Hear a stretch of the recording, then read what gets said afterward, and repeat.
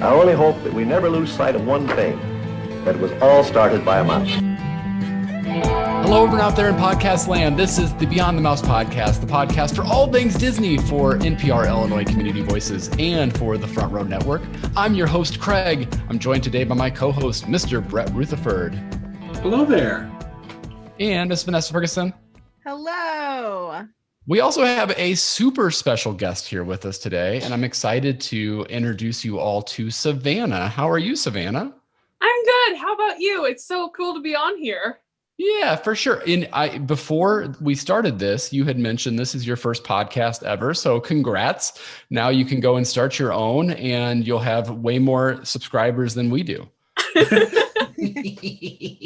But I want to say the reason why Savanah is joining us today, and that's because we absolutely love the Hoogland Center for the Arts. And I didn't tell Vanessa I was going to say this part because, in the full disclosure, Vanessa is an employee at the Hoogland Center for the Arts. So I'm going to take a minute and gush on what that building means to Central Illinois and to Springfield. The Hoogland Center for the Arts is such a wonderful place that has all different types of art forms that come together in Springfield. It really is truly the hub of the arts, and it means so much to so many of us and to so many people across Central Illinois. And of course, we want to do whatever we can to support that building. And so one of the things that we did was we entered into a silent auction and said, we're going to auction away a spot to be on a podcast with us. You get to pick whatever you'd like to talk about. And so that's why Savanah is joining us. So thank you for your support of the Hoogland. And I know you were in a Hoogland Ed program as well, right? Yes, I'm in the Hoogland Education Program. I've been in it since the 2016-17 school year.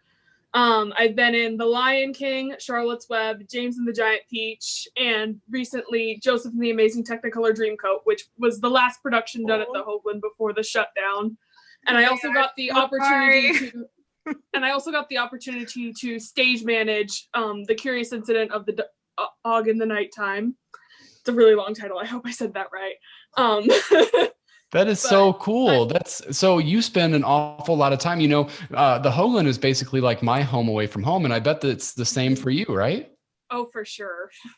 Yeah. So if you can, I understand it's hard times for a lot of people, especially during the pandemic.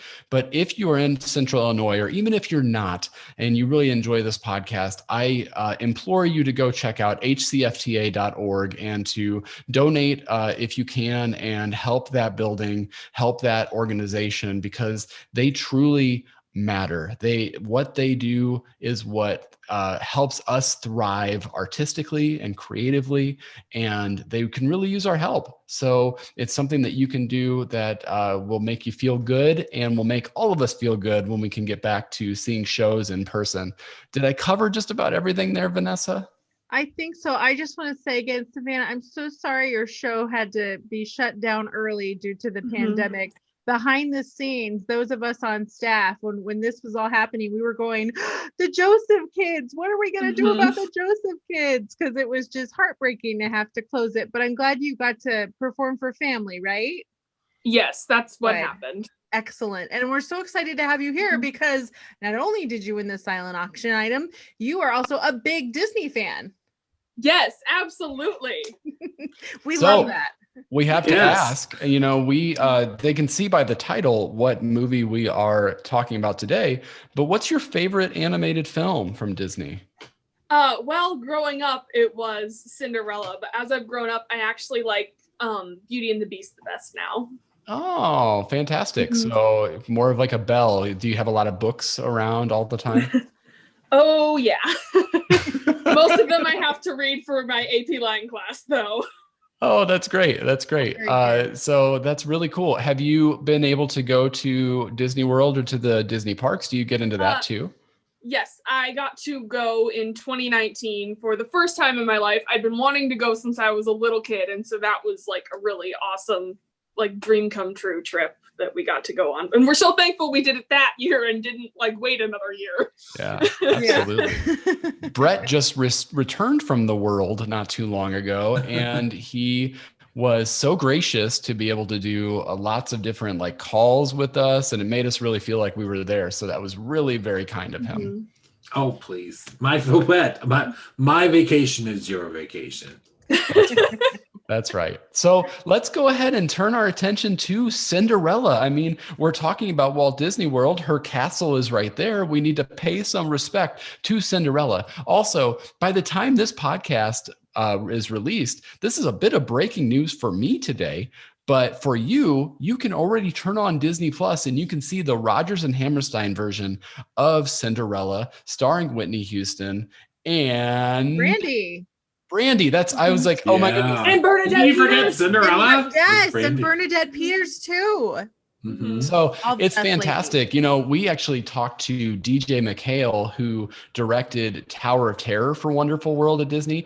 And he brought that up. He was like, I don't know why Cinderella's not on Disney Plus. And now it is on Disney Plus as of Friday, February 12th. So definitely go out there and check that out. We also will probably talk a bit. I mean, I am absolutely in love with the remake, the live action remake of Cinderella. So we might talk a bit about that, but we are going to primarily focus on the animated classic of Cinderella. And we're going to get right into it right now. So Savanah, the first thing we normally do is talk about our first impressions or reactions to the film. And so do you remember the first time you saw Cinderella and kind of what that feeling was like?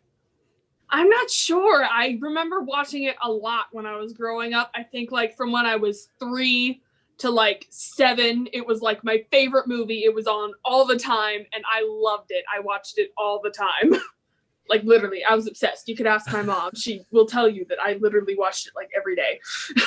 That's fantastic. And, you know, those old, I guess you would have had DVDs when I was growing up. Nope, I actually did watch I did have the VHS and that's good for you. That does my heart good. Old school.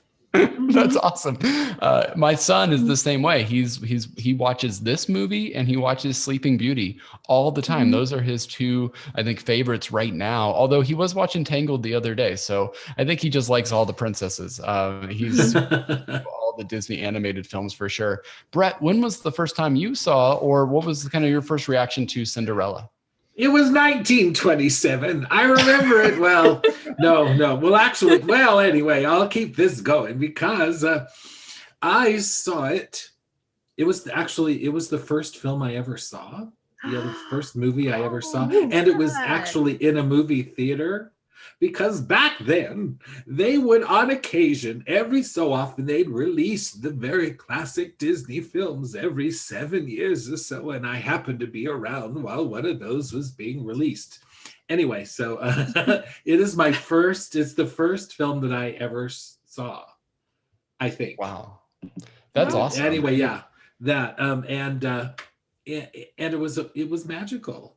And it was also the first record that I ever purchased as a child. Anyway, yes, that was old school. We call them vinyl now, but back then we called them records. We put them on the Victrola. No, sorry. Anyway.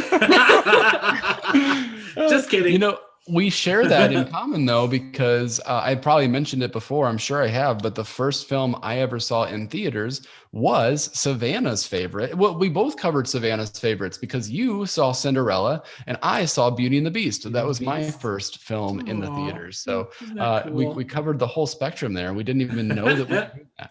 Vanessa, what are your first thoughts or reactions or impressions of Cinderella? Okay. So I rewatched it and I remembered that some of my takeaways as a kid was that, so there's a scene where she's getting ready. And first of all, I thought it was so cool that there was this like sponge that got soaked up in water and that's all you had to do to shower. I thought that was great. But what was unhelpful to me as a child was she puts this ribbon in and just ties it and her hair looks perfect.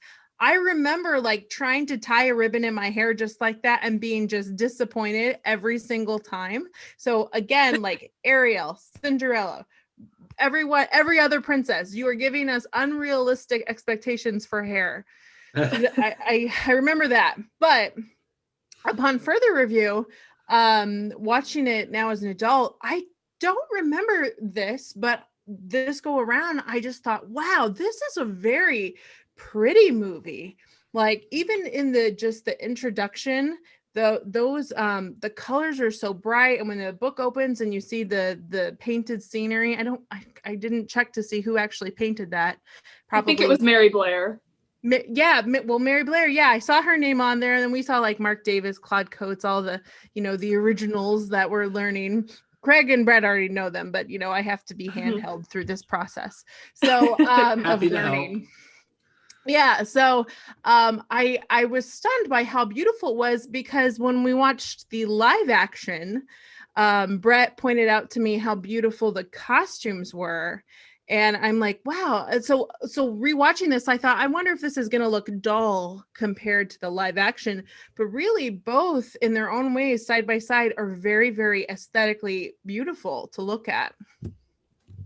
They really are. You get kind of it's cool to see how they evolved during the live action, but also stay true to that story and to that artwork. And it's just absolutely gorgeous throughout. I mean, this was a film that obviously meant an awful lot to the company, because this film is coming out at a time after World War II, and kind of repurposing, going away from those kind of militaristic type films and introducing the idea of a Disney princess, and introducing so many things that we are aware of today. And it's just really cool.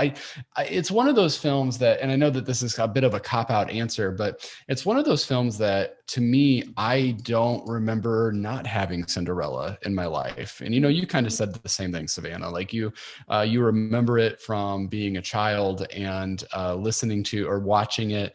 And I do remember actually listening to it as well. We had the record, we had the storybook as well. And it's just one of those that is timeless, right? I mean, how many times has the Cinderella story been told?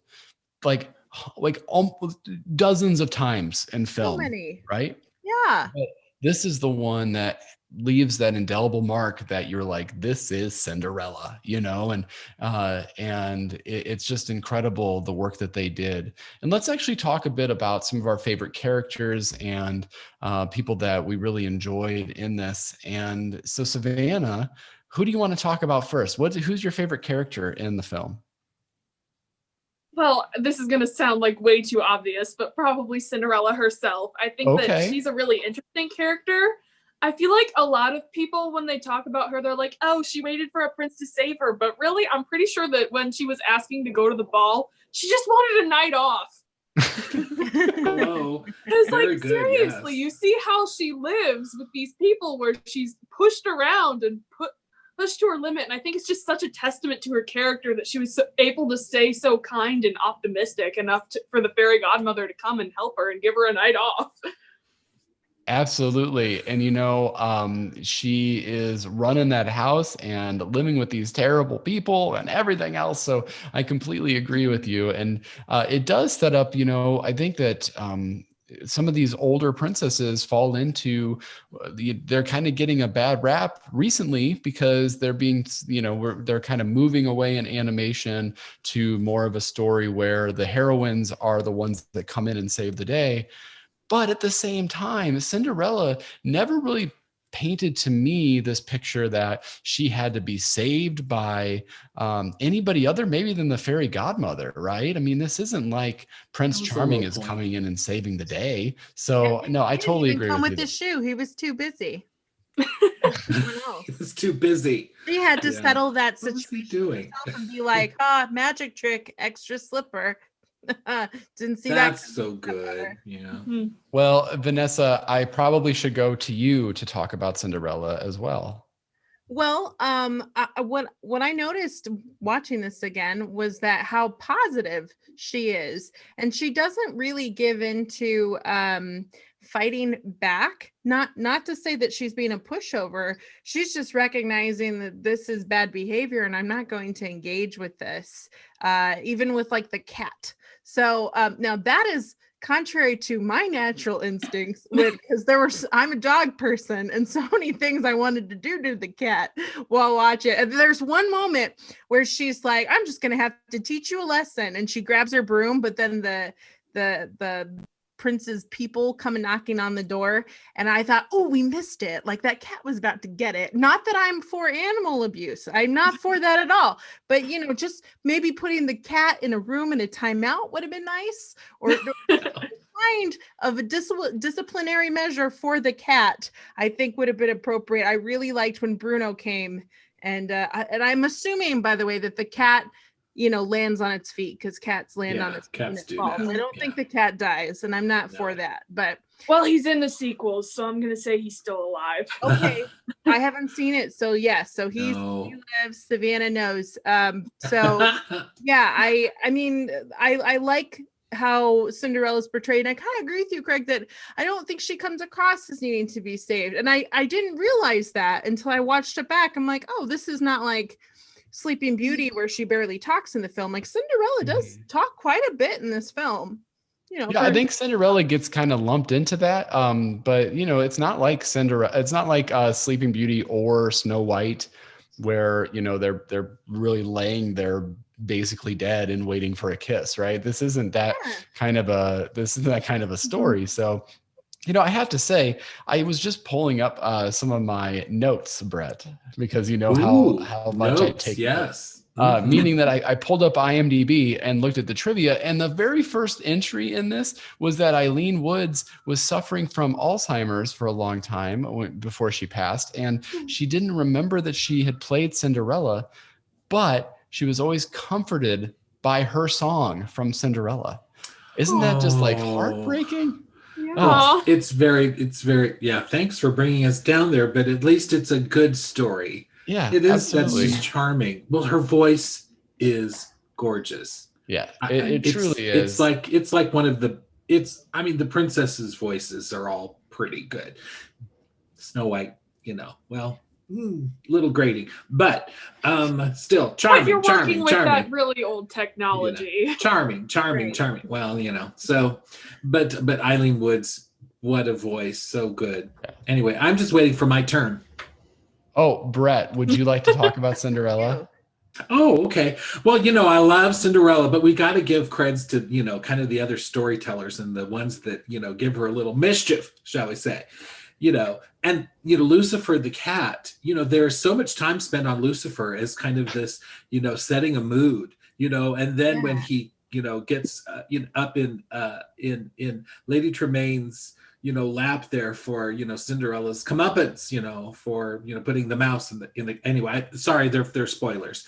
Anyway, so that, but Anastasia and Drizella,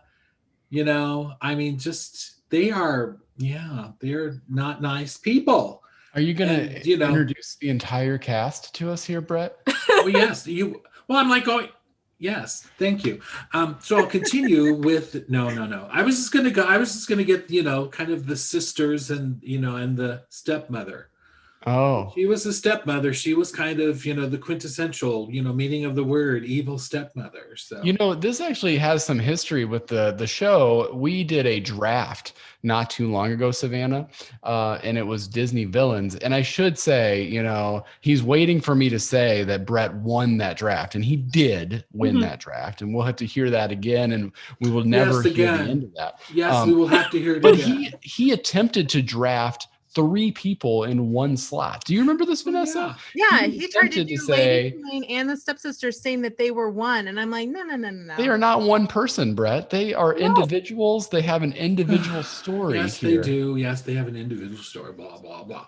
Okay, but anyway, no, it was and the voicing of. Are we going to talk about voice casting? Yeah, of course. Well, we did about Eileen. So let's. Oh, Lady Tremaine, Eleanor Audley. I think they probably, because I think they, they would, and they, as they still do it, but I think that they record them or film them at that time, so to give them an idea of the character, because the Eleanor Audley, I can picture her, when you're watching her, the character, this very arch sort of, quasi royalty, at least she thinks she is, so her voice, and we know Eleanor Audley from the number of Disney things, including Maleficent. She's the voice of Maleficent, and she is, and to get the parks in there, she is the voice of Madame Leota in the Haunted Mansion. So Eleanor Audley, great character actress. Yeah. So I will go to Savanah because Brett just gave you 65 characters that you could comment I always on. do. That's what I do. So anybody that let's start with Lady Tremaine. How is she as a villain? Did she terrify you as a little girl? I'm actually going to delve into my personal life a little bit about this, but I'm going to say that she was one of the only exposures I had to what a step parent looked like. So that honestly terrified me when my parents got divorced. Just going to say that, pointing into my personal life there. So that terrified me more than anything else about her character, was that might happen to me. But it didn't, right? Luckily, it did not. It Okay, did not. good. Both of my The step-parents are tapestries wonderful and people. the draperies, you know. Yes, If it both did, of my certainly we step-parents can. are wonderful people. Yeah, that's really good. But yes, that is what terrified me the most about her as a little kid. But yeah, I'm going to talk about Eleanor Audley for a moment, but I think it's very ironic that some of her most famous roles are all villains. Yeah, well, sometimes those character actors, they might get kind of a bit of pegged in there. What?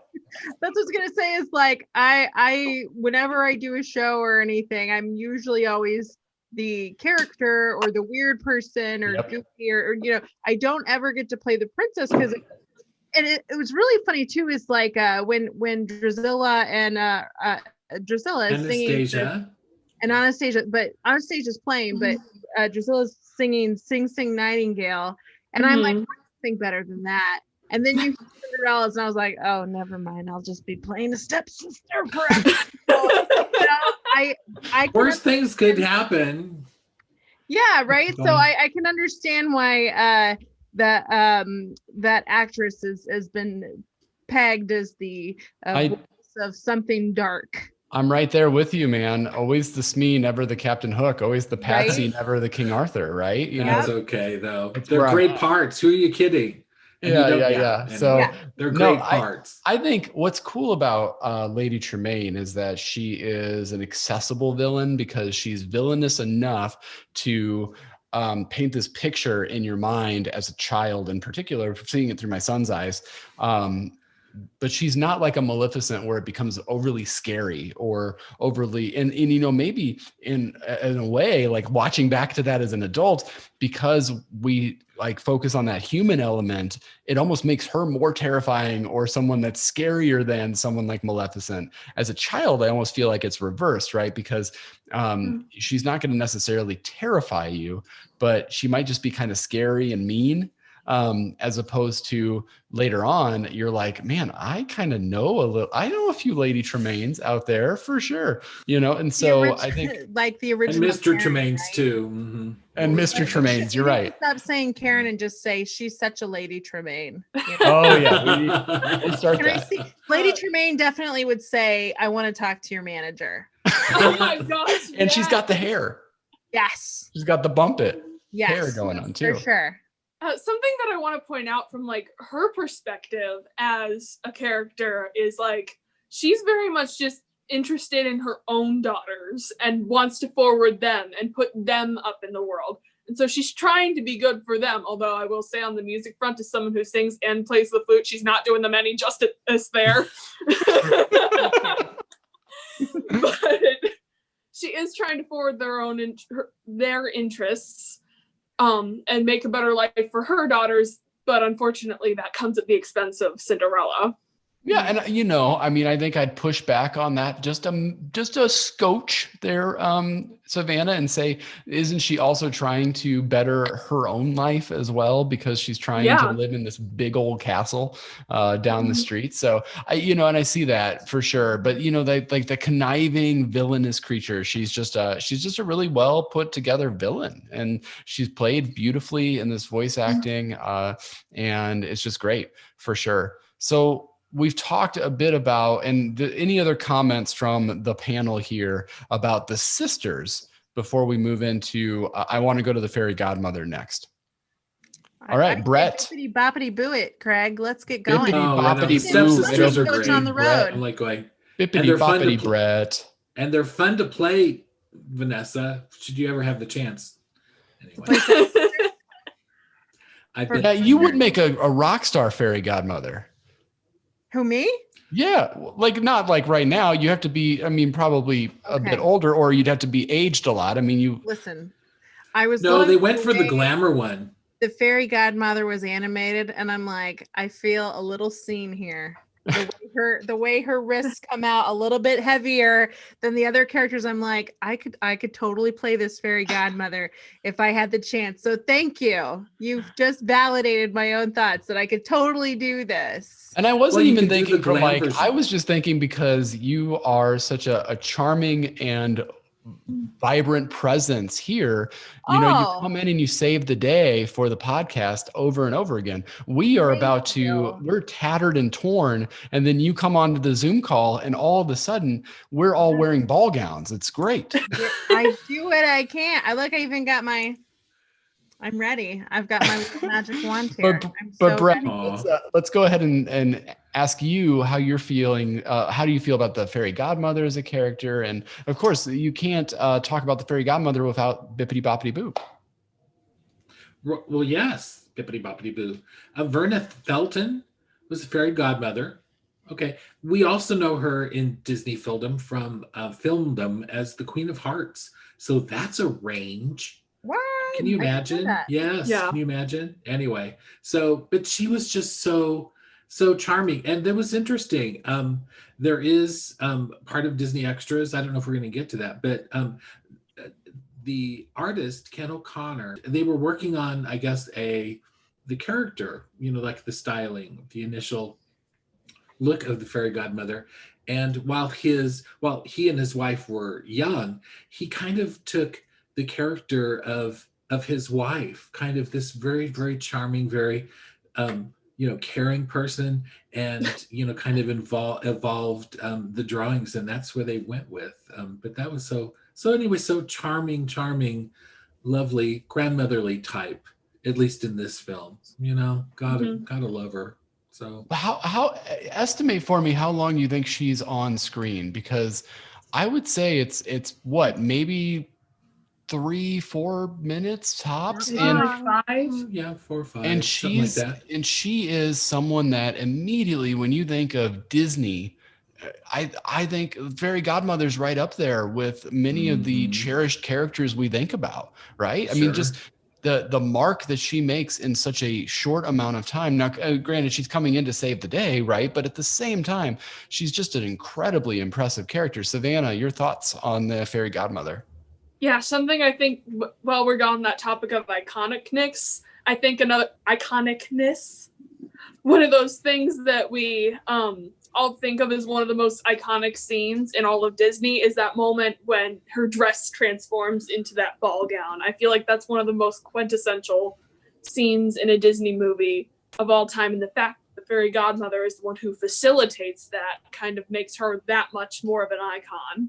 And kind of going back to what Brett was talking about a minute ago, with Verna Felton, she also played Flora in Sleeping Beauty, I'm pretty sure. So Oh, that's wow, another how kind cool. of fairy godmother character there. And now back to the present topic. I think that she's really cool that it's like the one moment that Cinderella can't save herself, it is another strong and powerful woman who is coming to save the day.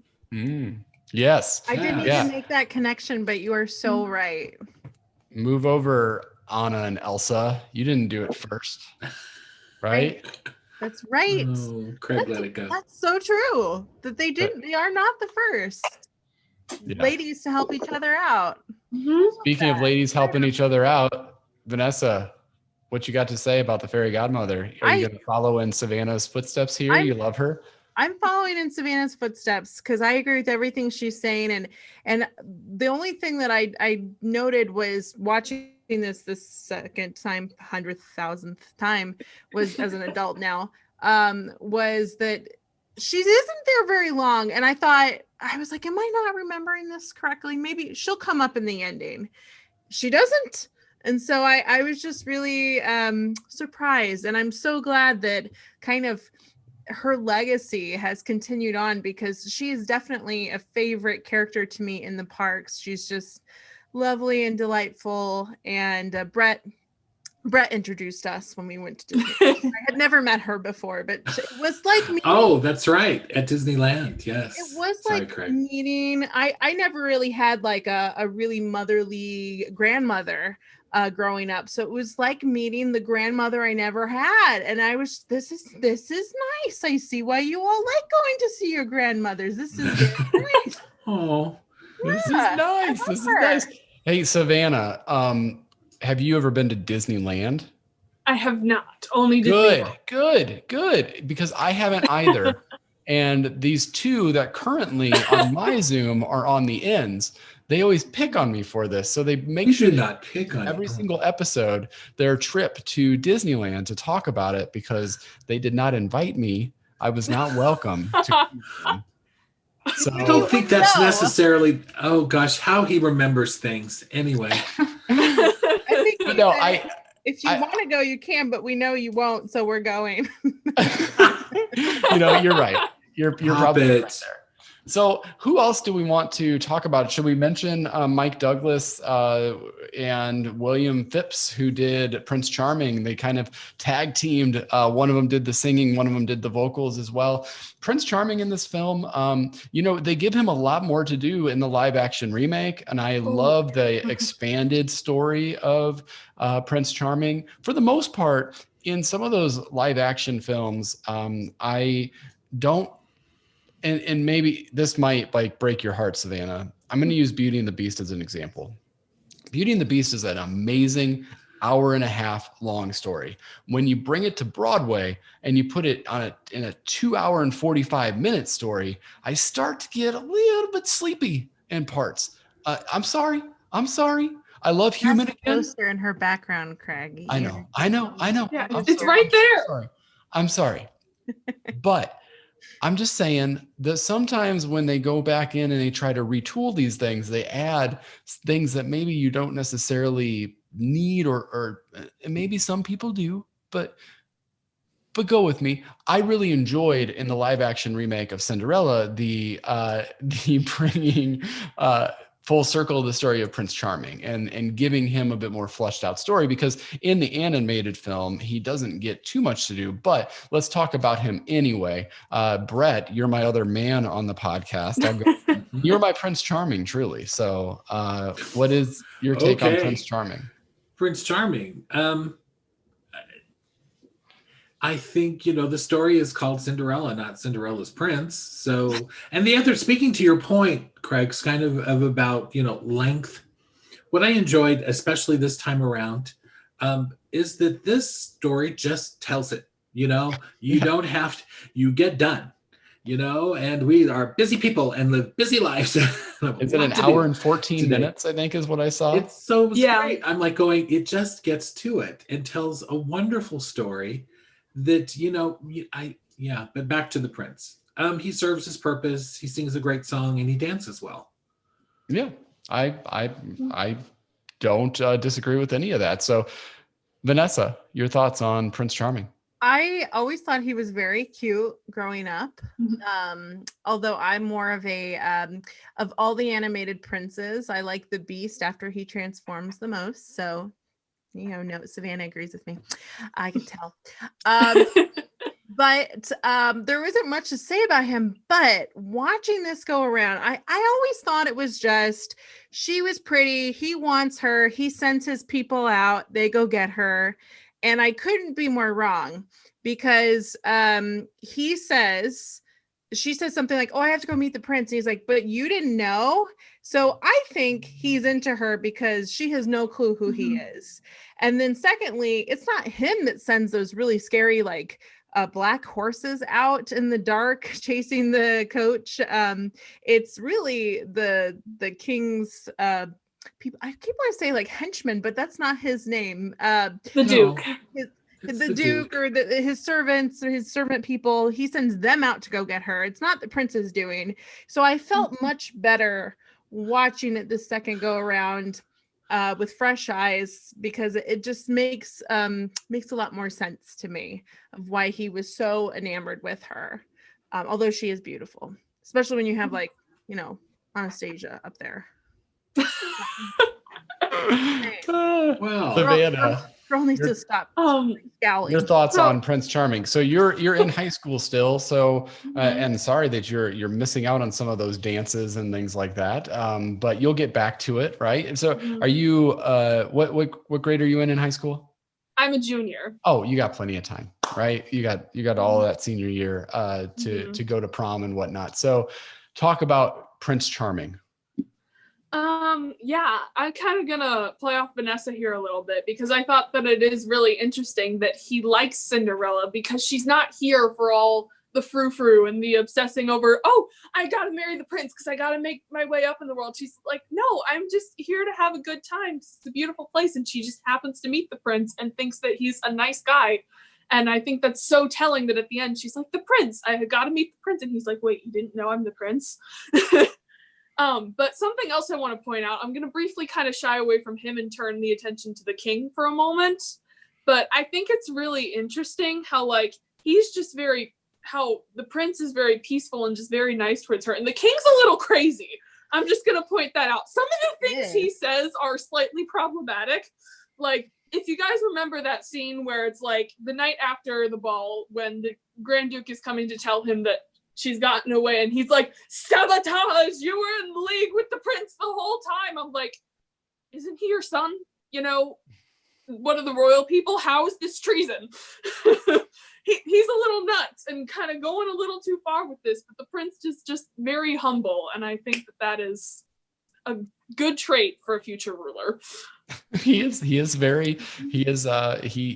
indeed. I think what we should probably end with the character acting is we have to talk about Jacques and Gus, right? Yes, I was very talk about those guys. And then that'll lead really perfectly into at least my favorite scene that I'd like to talk about. So that's why I ended it here, because I love my segues. So I'm going to talk a bit about these mice, both voiced, by the way, by James McDonald, and does such a wonderful job with these characters. And it really, like, that's part of the Disney princess dumb that really Cinderella grabs onto, right? This whole like ability to communicate with animals, and it's so cute in the live action remake when she's able to do that. But these mice are just the best, right? Like Gus trying to pick up all the food before Lucifer the cat gets him, and he's trying to put it all like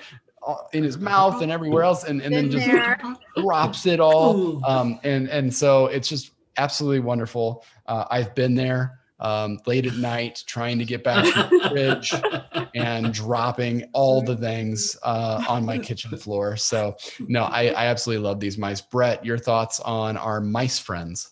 Yeah, I mean, they're just so cute. And I mean, Jock and Gus, but we have, Susie and Perla. I don't know that they're really named in the film, but in the world of characters that you visited at Walt Disney World or Disneyland or other places, Susie and Perla are the hand mice to Cinderella. So we gotta love them, and I've gotta love the birds. I love the birds because they do their bird whistle thing, their bird song thing. Anyway, it's Cinderella, wake up, Cinderella, wake up, which I mean, never noticed that before. Like that. Yeah. Cinderella. And they say when she says can't tell, and they go, why? But then it's her voice. It's so crazy. Mm-hmm. So go, Cinderella, wake up. I'm like going, either that or I speak bird. I don't know. You might. So talking about these mice, Savanah, tell me, are these your friends? Would you be okay with mice running around your house and making dresses for you? Is that something you're into? I mean, if they look like the cute little cartoon mice, I'm okay with that. But if they look like a real mouse, heck no, get them out. Have you seen, this is an important question. Have you seen Enchanted? I have. It's been a while though. Okay. So, cause she's got rats, straight up rats. Got the rats. Her out. Yeah. Those are a little more sketchy over there, but so you wouldn't be as into that. Okay. Something I noticed when I watched it again as a teenager after like not watching it for a few years, because I like our VHS player stopped working, so I couldn't watch it until we got Disney Plus again. And of course I did that pretty quickly right after we got it. And watching it over again, I'm like, wow, the mice are in this a lot more than I remember. It's like, it's very funny how much focus is on the mice, and they're just such funny characters. They always make me laugh. Yeah.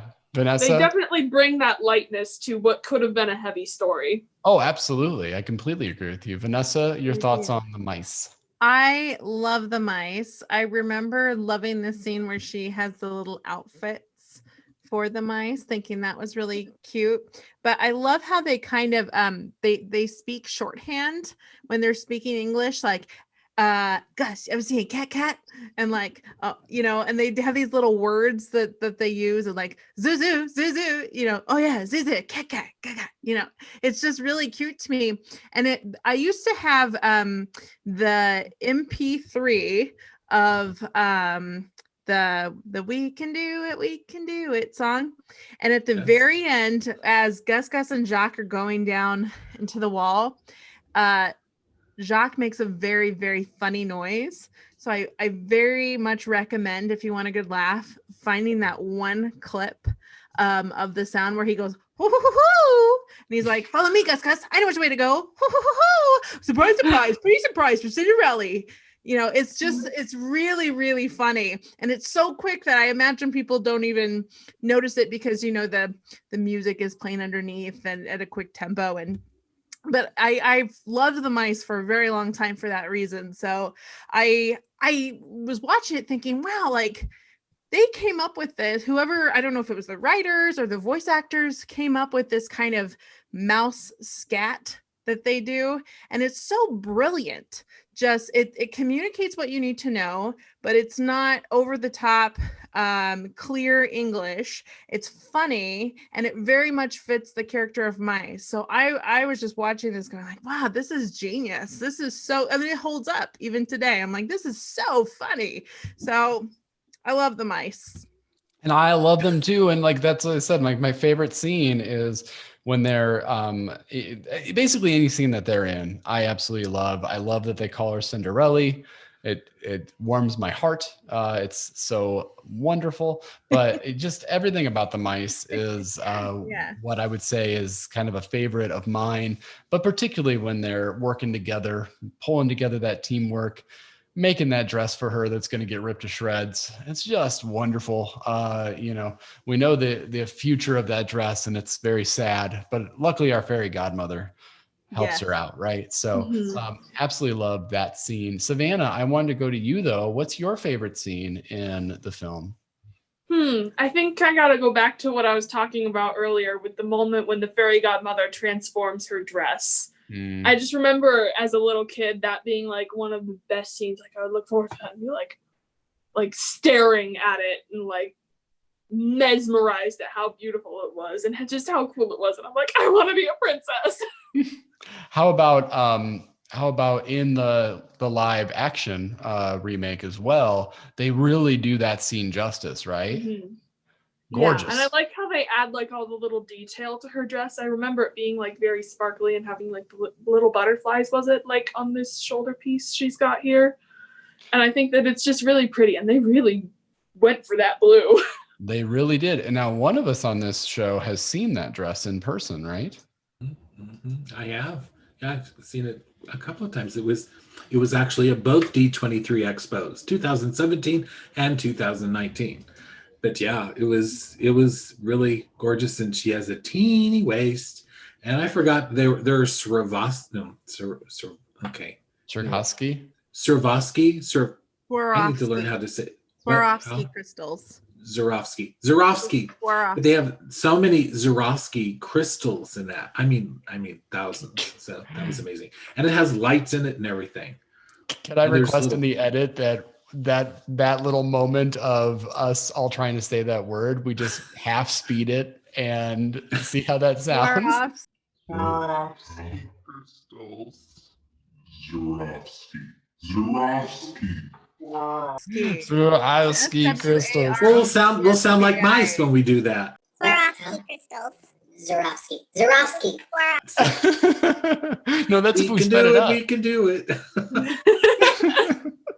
But yeah, so absolutely agree, Savanah. I mean, it's such an iconic moment in the movie, but also, again, I keep coming back to this film helped to really establish what Disney was and what Disney animated films would be moving forward.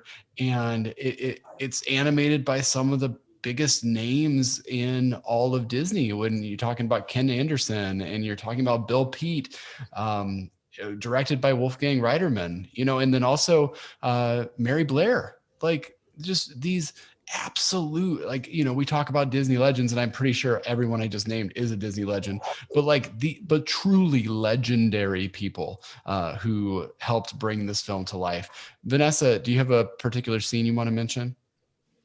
Oh gosh. Well, I mean, like you said, any scenes with the animals in it. I really like the beginning. When the mice are helping her get ready, and you notice that it's the female mice, that there's one in particular that goes shoo shoo, go on, gets them out of the room. And then those female mice go into the jazz scat to that song. We're like, I'm just like, what is happening? These lady mice are so cool. Not only do they get her ready, but they jazz scat for her. It's so fun. So I just love that scene so much. I mean, you can't go wrong with the mice and the birds. They're just too cute. Yes. Brett, your favorite scene or scenes? I'm sorry, you know how I am.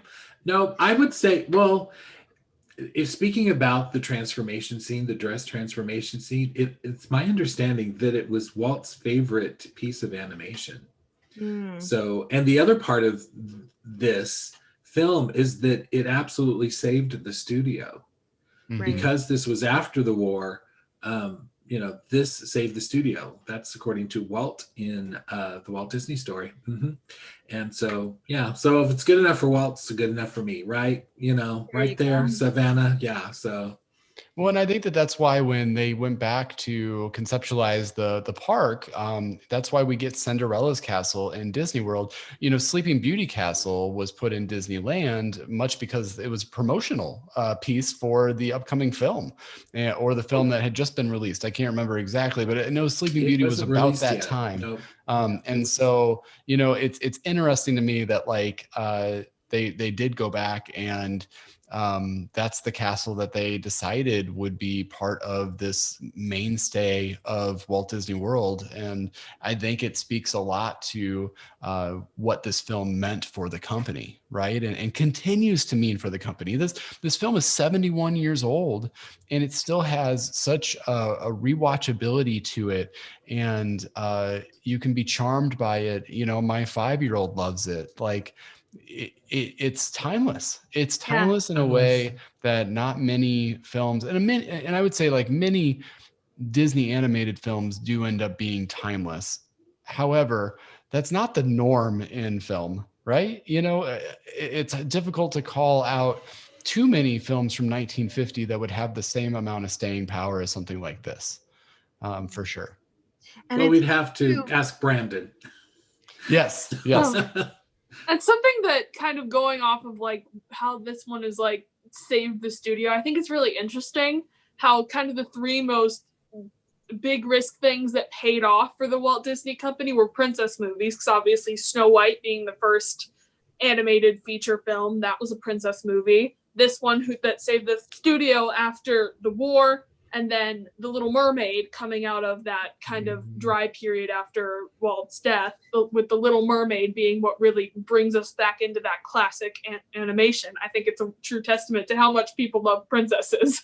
I would not be a podcast host if I didn't tell you all listening right now. You can go back and listen to Snow White, our episode on that. We had Dominic Cellini and Brandon Davis on. And then, of course, if you want to hear more from The Little Mermaid, we did get to talk to the Little Mermaid herself this past summer. Go back and listen to our Jodie Benson episode as well. So definitely check those out too. But you're absolutely right. I mean, that's why these films continue to be made and continue to be relevant and continue to move forward with the genre. I think it's great.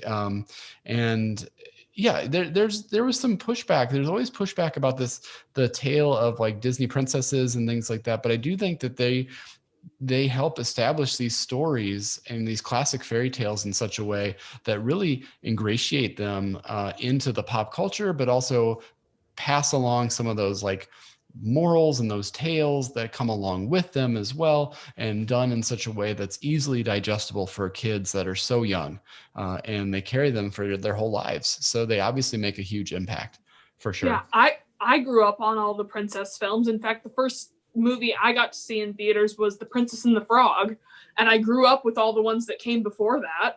Talk about a soundtrack on that film. That is a film we absolutely need to get to in the relatively near future. I came to Princess and the Frog very late, but man, I love it. I absolutely love that film. It probably is my favorite soundtrack of any of the Disney animated films. It's so great. So we'll put a pause on that before I go off on a tangent. But I do want to talk a bit about we love this film, right? We love it to death, but there's always bits and pieces of a film. Unless you're Brett, he has a hard time coming up with these. Is there something in this film, Savanah, that just doesn't quite work for you, doesn't quite gel? The only thing I can think of, and only because it's fresh in my mind, are some of the problematic things that the king says throughout this film. Yes, I believe I talked about this briefly earlier, but that bedroom scene, when the Duke is coming in to tell him that Cinderella got away, it's like, don't kill him! This is not his fault! It's kind of problematic. Yeah, absolutely. Well, he has anger issues, but it makes for an interesting story. Those are my favorite scenes for sure. I feel uncomfortable watching them. I think I just left the room when that happened. That was when you go and get a drink of water or something, right? Right. Yeah. Brett, anything in the film that doesn't quite work for you? Bruno's kind of annoying to me. Stop. I'm like going, Why? gosh, wake up at the end. I'm just like going, But he gets the job done, but I'm just like going, just a little. I'm just saying he's just a little annoying to me. In the very beginning, when it's the Cinderella and her dad, he's a puppy there, and he's there in the scene, and so then it made sense to me, like, oh, he's an old dog. He's been around. He's been with Cinderella from the beginning. Mm-hmm. Well, that's good, but he still wears me out a bit. I'm just saying a bit. I'm just like, it's just a bit. You asked. I had something, guys. We need to appreciate the opinion. Value my feelings for Bruno. It's not like I hate him or anything. He just annoys me. I'm in your corner on this one. Thank you. I am there, right there with you. Just a little. Going, speed it up. You have something to do. Go save her. Something slightly off topic, but going back to that scene in the beginning that Vanessa was talking about, I think it's really interesting, like where the spot where like Lucifer does his thing where he's like, and like scratches his face, and then he gets blamed. How Cinderella's like the one that he's like, all right, Bruno, you're the one who has to go outside. And I think there's like some reasoning to that, because like at the beginning we saw him with her and her dad as a puppy. Lucifer gets favored because he's Lady Tremaine's pet. Yeah. And I don't like that he goes, did you catch him this time? And he's like, and she's like, that's bad. And I'm like, Cinderella, he is a dog and he is a mean cat. Let him cat. His name is Lucifer. Yes. Lucifer. Like, you just had this whole thing about a dream is a wish your heart makes. Why can't his dream be and wish to be to catch them? Okay, we're being revisionist now. Anyway, sort of. Well, anyway, no, okay. I've got to go to the Lucifer part. I love when he's drinking his cream and he's using his little paw and his little, cat fingernail paw. Paw. Is that what they're called? Claws. Paw. And he's like, paw. And he's just paw. like, taking a little, one little bit drop at a time. Okay, it's just classic. I just, You didn't know it was he a is claw. just totally mean. He didn't All have. right, He has a dog. A Vanessa. cat fingernail is a claw. I've learned that today. Thank you. That's my Today takeaway. I learned. TIL. Vanessa. I really can't think of anything beyond the what deal. we've already talked about. I'm gonna cop out too. I'm gonna do it. Beautiful Sorry, film. sorry, And Brett and Savannah. We're putting you out to dry. if there's only one thing I can think of that has happened because of this film, it's when I was at the Grand Floridian having tea. And I looked over and I saw Cinderella and the Prince Charming were coming down. I didn't know I had this in me, but I suddenly turned into instant pushy paparazzi and was like, by the way, children, Cinderella's coming. I was filming them and I'm like, I think I might have pushed over a child to get this. And it's like these characters are so lovable. They have this kind of crazy effect on you when you see them in in the parks, and that they bring out something in you that you didn't know you had. So yes, I absolutely. Well, yeah. I can understand that. But no, I would say, I guess, sorry. I would go back to what I mentioned before, that I wish we got a bit more Prince Charming in this film, but they rectified that for me in the live action. But I do like that it's a tight hour and 15-minute film. It gets you in, gets you out, and then you're on your way. And a lot of that's because of the way hand-drawn animation worked. I mean, think about when you go back to some of those Disney animated films, they are so short. And it's just because, I mean, think about the amazing amount of work just to animate a single cell. And then all of the ladies that were painting those cells, just incredible amounts of work that would go into these productions. And that's still true today to a certain extent. It still takes an amazing amount of time to render something and an amazing amount of computing power, but it's just a bit of a difference there. And so that's why you get longer and longer stories as we go and as technology improves, for sure. So one thing I'm gonna comment on, because you talked about the live actions there a little bit, something I wanted to comment on was one thing that I don't necessarily like about them is I like how they elaborate on the characters of some of the main characters, but I feel like some of the charm of a lot of the side characters gets lost and their character development gets scrapped to the side, and I think that's kind of unfortunate, and that kind of, I don't know, makes some of them feel like you gotta go back and watch the classics if you really want to appreciate it. Yeah, no, I do agree with you there. So that was an amazing discussion on Cinderella. Really appreciate all of that. And I think what we can do here is maybe one more comment from everybody on the legacy of Cinderella. And I'll start with that. It's interesting that you have a brand new cruise ship coming out. And I love my cruises. I've only been on one cruise, but I was talking to Anna about this the other day, and it is like literally those 4 days we were on a cruise. I remember every second of all 4 of those days because that was how impactful that trip was. And so they did just unveil that the mainstay of the Disney Wish is Cinderella. So as you walk into the lobby atrium area of the ship, when we were on the Disney Dream, it was Donald Duck right there. But when you're going into the Disney Wish, it will be Cinderella greeting you. And the color, the tone of the ship in the atrium area is going to be a bit more of a castle feel than the other ones are. So it's kind of a cool way to continue to bring her about in the Disney parks and now on sea as well. So Cinderella is going to get her time at sea. Brett, any final thoughts on the legacy of Cinderella?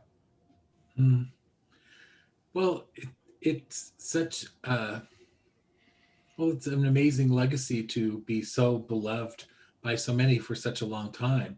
And, even now, like as we go back and revisit it, we are charmed again. So, and the songs, we haven't really talked about the songs, but A Dream is a Wish Your Heart Makes, Disney songs that, you can take to heart and use them as your theme songs. Absolutely. I know I do. Absolutely. Vanessa, your thoughts on the legacy of Cinderella? It does my heart so good whenever we go to the parks to see young 5-year-old little girls dressed up as Cinderella with their hair in a bun and the blue dress. I love it every time I see it. And even the fact that we're 30 plus here in this group, and we're talking to Savanah, who is in her teens, about this same movie that we all grew up loving. I just think that's so cool. I mean, that really speaks to how iconic and long lasting this film is. It's such a Timeless even. I watched it in 1927. I know. When it wasn't even out yet.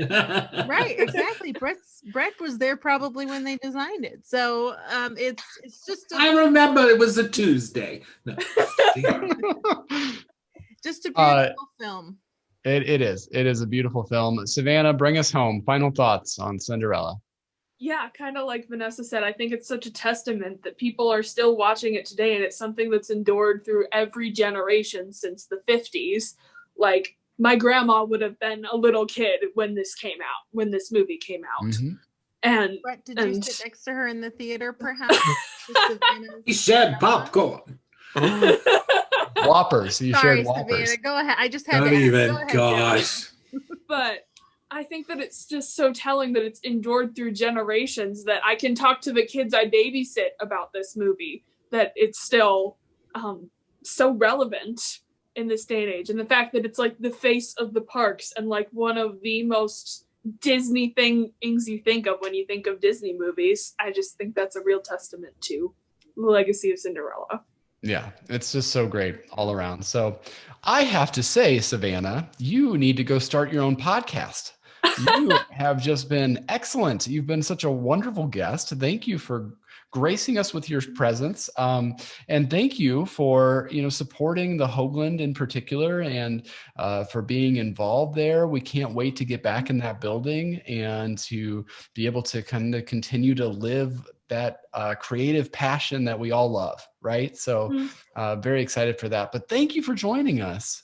Thank you. And before I go, I just got to promote the Hoogland is doing a cabaret style show.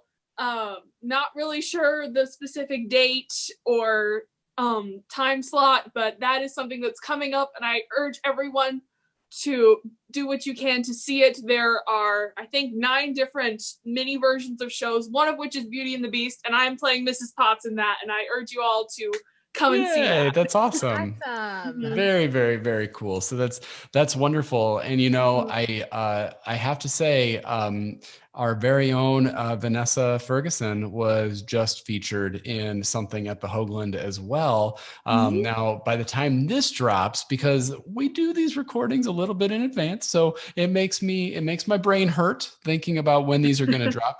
But I'm pretty sure it's right around the 19th of February right now, which means, is it still available for people to see and view, or is it not, Vanessa? It's probably not at this point. It was a moment in time. But maybe what we can do is just have Vanessa sing for you right now. I remember it was just delightful. I'm kidding. I think just write in and say you'd like to see it again, and then we can, if we have enough popularity with it, we can maybe re-release it. How about that?